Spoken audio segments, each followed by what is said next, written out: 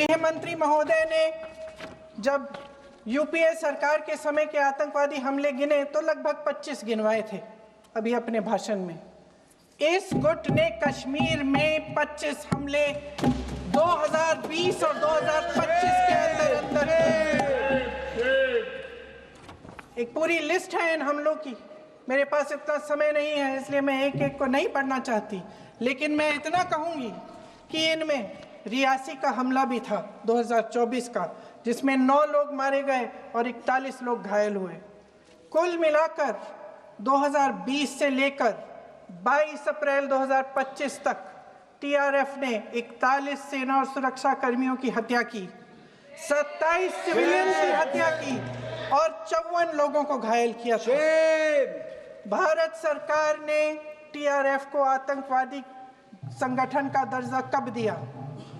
2020 में दिया, 2021 में दिया, 2022 में दिया, 2023 में दिया। 3 साल बाद, 3 सालों के लिए ये आतंकवादी गतिविधियां कर रहे हैं और आप इनको आतंकवादी संगठन तब कहते हैं 2023 में। इसकी क्या वजह थी? ये सब सरकार के संज्ञान में था। और आप मुझे बताना चाहते हैं, सत्ता पक्ष के नेता बताना चाहते हैं कि ये सब आपके संज्ञान में था, लेकिन कोई भी एक ऐसी एजेंसी नहीं है हमारी सरकार की जिसको पता चला कि ऐसा हमला, ऐसा भयानक हमला होने जा रहा है हमारे देश में, कि पाकिस्तान में बैठे हुए इस हमले की योजना बन रही है कि हम भारत जाके हैवानियत करेंगे, 26 लोगों को मार डालेंगे और हमें पता ही नहीं है। क्या ये हमारी एजेंसियों की विफलता है कि नहीं है? ये बहुत बड़ी विफलता है, एक बहुत बड़ी विफलता है। जानते थे कि ये गुट है, जानते थे कि 5 सालों से ये आतंकवादी हमले कर रहा है, अध्यापकों को मारा, आर्मी के बड़े बड़े अफसरों को मारा, आम जनता को मार डाला, पुलिस वालों को मार डाला, और आप इन पे निगरानी नहीं रख रहे थे। और ये जो एजेंसियां हैं, इनकी जिम्मेदारी कौन लेगा? क्या आईबी चीफ ने अपना इस्तीफा दिया? क्या किसी ने इस्तीफा दिया? गृह मंत्री जी के कार्य क्षेत्र में आता है इंटेलिजेंस ब्यूरो। क्या गृह मंत्री जी ने इस्तीफा दिया? इस्तीफा छोड़िए, जिम्मेदारी ली।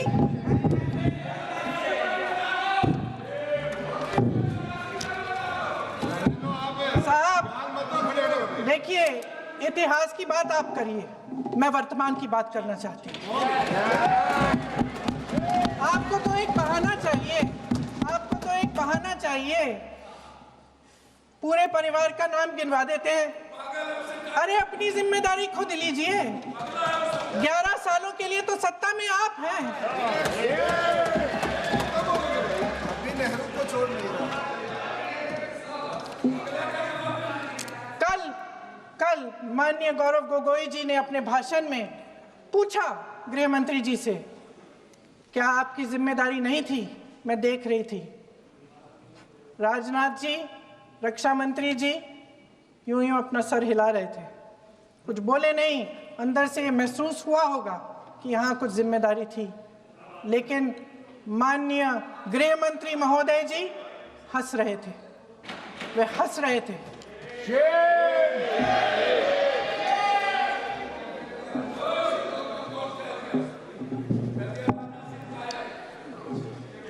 अध्यक्ष महोदय, कल सत्ता पक्ष और आज भी सत्ता पक्ष के नेताओं ने 2008 के मुंबई के हमलों का जिक्र किया, बार बार कहा कि मनमोहन सिंह जी की सरकार ने कुछ नहीं किया।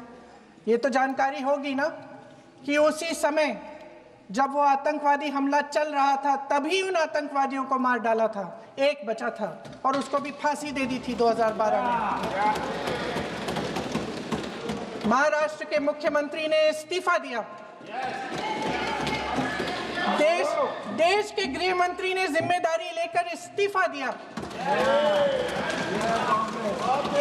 एक जवाबदेही थी पब्लिक के प्रति, एक जवाबदेही थी इस देश की जनता के प्रति, इस देश की धरती के प्रति।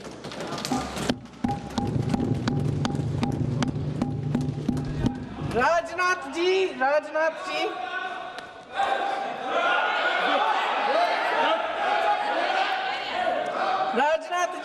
तो पुलवामा, उरी और पठानकोट के समय गृह मंत्री रहे थे। आज वे रक्षा मंत्री हैं और हमारे गृह मंत्री महोदय श्री अमित शाह जी के नाक के नीचे पूरा मणिपुर जल गया, दिल्ली में दंगे हुए, पहलगाम में हमला हुआ और आज भी वे उसी पद पर बैठे हैं। क्यों? अध्यक्ष महोदय, बमबारी से अखबारों के हेडलाइन बनते हैं, मगर कहानी सुरक्षा में की चूक में भी है। आज देश खोखले भाषण नहीं सुनना चाहता, देश जवाब चाहता है, तसल्ली चाहता है कि सच उससे छिपाया नहीं जाएगा। देश जानना चाहता है कि उस दिन अप्रैल 22, 2025 को क्या हुआ और क्यों हुआ। आप तो खुद अपनी पीठ थपथपाने में लगे रहते हैं। सेना, देश, संसद से सच छुपाते हैं। ऑपरेशन सिंदूर जब शुरू हुआ, हम सब ने समर्थन किया, सब एकजुट होकर खड़े हो गए इस देश के लिए। दोबारा होगा, दोबारा खड़े हो जाएंगे। अगर हमारे देश पे हमला होता है तो यहाँ इस सदन में किसी भी पार्टी का हो, कोई भी हो, सब आपका समर्थन करेंगे। और हमें अपनी सेना पर गर्व है कि उन्होंने इस बार भी दृढ़ता से लड़ाई लड़ी, धैर्य से लड़ाई लड़ी, वीरता से लड़ाई लड़ी। लेकिन इस ऑपरेशन का सिंदूर का क्रेडिट, उसका श्रेय तो हमारे प्रधानमंत्री जी चाहते हैं। सही भी है, ठीक है, सही है, श्रेय ले। ओलंपिक्स में हमारा मेडल आता है, उसका भी श्रेय लेते हैं। लेकिन सिर्फ श्रेय लेने से नहीं होता नेतृत्व, जिम्मेदारी भी लेनी पड़ती है।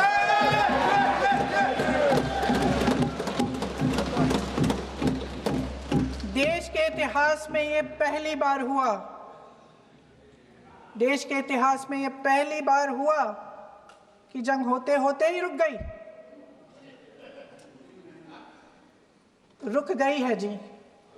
और इस रुकावट का ऐलान हमारी सरकार, हमारी सेना नहीं करती, अमेरिका के प्रेसिडेंट करते हैं, अमेरिका के राष्ट्रपति करते हैं। ये हमारे प्रधानमंत्री महोदय की गैर जिम्मेदारी का सबसे बड़ा प्रतीक है। आज गृह मंत्री जी ने इस बात पर उल्लेख किया। उन्होंने कहा, उनके शब्दों में उन्होंने कहा कि पाकिस्तान के पास शरण में आने के बजाय कोई चारा ही नहीं था। आपने शरण दिया क्यों? वो आते हैं आपके देश के अंदर, लोगों को मार डालते हैं और आप उनको शरण दे रहे हैं। क्यों दिया शरण? इसका जवाब क्यों नहीं दिया है एक भी भाषण में? जैसे ये बात उठी, शरण की बात की, हमारे गृह मंत्री जी ने इतिहास में चले गए। नेहरू ने क्या किया, इंदिरा गांधी ने क्या किया, यहां तक कि मेरी मां के आंसुओं तक चले गए। लेकिन इस सवाल का जवाब नहीं दिया कि ये सीज फायर हुआ क्यों, ये जंग रुका क्यों, और तब क्यों रुका जब दुश्मन के पास कोई चारा नहीं था हमारे श्रेय में आने के बजाय। क्यों रुका ये जंग? इसका जवाब नहीं दिया। धन्यवाद। आप देंगे?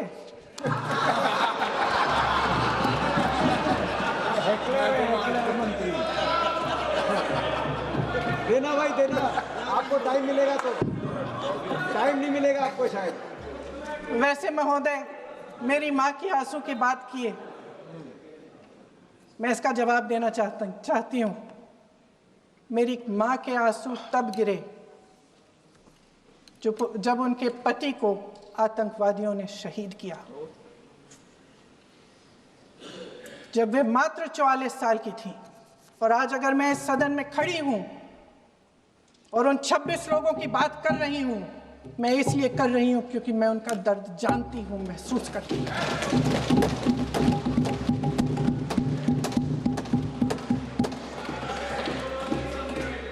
अध्यक्ष महोदय, मैंने कहा कि देश का नेतृत्व सिर्फ उपलब्धियों का श्रेय लेने से मजबूत नहीं होता। सफलता और विफलता दोनों की जिम्मेदारी लेने से बुलंद होता है। ये सोने का ताज नहीं है, कांटों का ताज है। अध्यक्ष महोदय, जब सरकार झूठी और कायर हो तो वे बहादुर से बहादुर सेना के साहस और पराक्रम को भी कमजोर कर देती है। देश को प्रतिशोध के साथ साथ सबके प्राणों की रक्षा का प्रण चाहिए। सेना की शक्ति के साथ सरकार की सच्चाई भी चाहिए। महान देशभक्त शहीद इंदिरा गांधी जी, जिन्होंने सफल कूटनीति के बल पर अमेरिका के राष्ट्रपति निक्सन का मुकाबला करके पाकिस्तान का विभाजन करवाया, बांग्लादेश बनाया, 1 लाख पाकिस्तानी सैनिकों को आत्मसमर्पण करने पर मजबूर किया, उन्होंने कभी इसका श्रेय लेने की कोशिश नहीं की। ऑपरेशन सिंदूर का मकसद अगर पाकिस्तान को सबक सिखाना था तो शायद ये मकसद अभी अधूरा है, क्योंकि हमारी कूटनीति विफल रही है। इसका प्रमाण यही है कि ऑपरेशन सिंदूर के बाद एक पाकिस्तानी जनरल, जिसके हाथ खून से रंगे थे, अमेरिका के राष्ट्रपति के साथ बैठकर लंच खा रहे थे। अगर ऑपरेशन सिंदूर का मकसद आतंकवाद को खत्म करने का था तो पाकिस्तान को संयुक्त राष्ट्र के आतंकवाद विरोधी समिति का अध्यक्ष चुने जाने से इस मकसद को धक्का लगा है। इसकी जिम्मेदारी कौन लेगा? क्या हमारे प्रधानमंत्री लेंगे? क्या उनमें ये हिम्मत है? नहीं है। अगर इस ऑपरेशन के दौरान हमारे जहाजों का नुकसान नहीं हुआ तो सदन में इसे साफ साफ कहने से क्या डर है? क्यों नहीं कहा है? कल भी रक्षा मंत्री जी ने कहा कि हमारे इंफ्रास्ट्रक्चर का नुकसान नहीं हुआ, तो जहाजों के बारे में भी बता दें, साफ साफ बता दें, क्या हर्ज है? सच्चाई तो है। सवालों से बचने के लिए ये सरकार हमेशा प्रयास करती है। इसकी राजनीतिक कायरता बेमिसाल है। देशवासियों के प्रति जवाबदेही का एहसास ही नहीं है। सच्चाई ये है कि इनके दिल में जनता के लिए कोई जगह नहीं है। सब राजनीति है, सब पीआर है, सब प्रचार है, सब पब्लिसिटी है। देश की जनता के लिए आपके हृदय में कुछ नहीं रहा। बहुत समय हो गया है आप इस प्रचार में ही लिप्त हैं, जनता को देख नहीं पा रहे हैं। जी मानिए। जो पहलगाम में हुआ, खत्म करती हूँ, जो पहलगाम में हुआ उससे हर एक देशवासी के दिल पे चोट पहुंची है। हिमांशी नारवाल की गुहार ने हम सबको शर्मिंदा किया है। इसीलिए मैं आज यहाँ खड़े हुए एक आखिरी बात करना चाहती हूँ।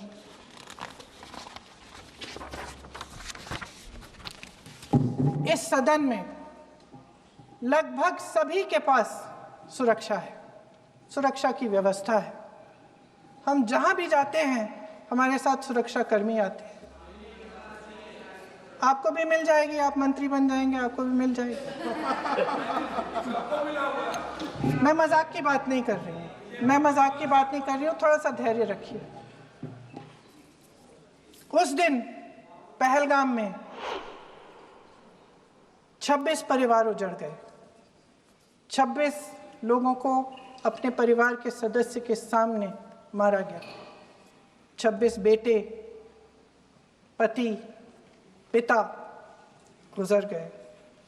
उनमें से 25 भारतीय थे।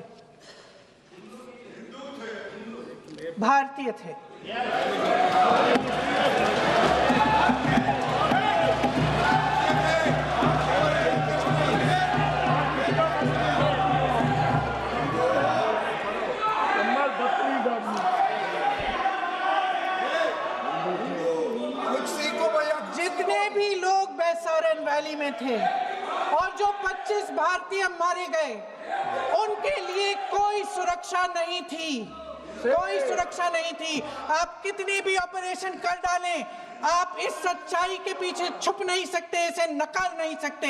आपने उनको सुरक्षित नहीं किया।